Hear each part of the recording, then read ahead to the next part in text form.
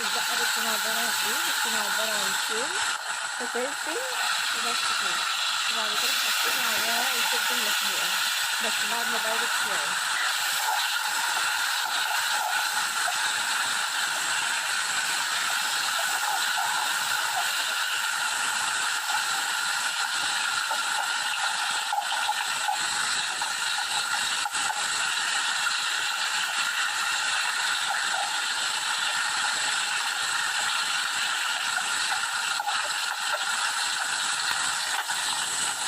هبدأ بقى انا احط التوابل بتاعتي اللي هي الكزبرة ناشفة، بحط بابريكا، البابريكا بتوديها في حتة تانية خالص، طبعا ملح بقى فلفل كمون، والبصل بيخلي طعمها مسكر، وطبعا الفلفل.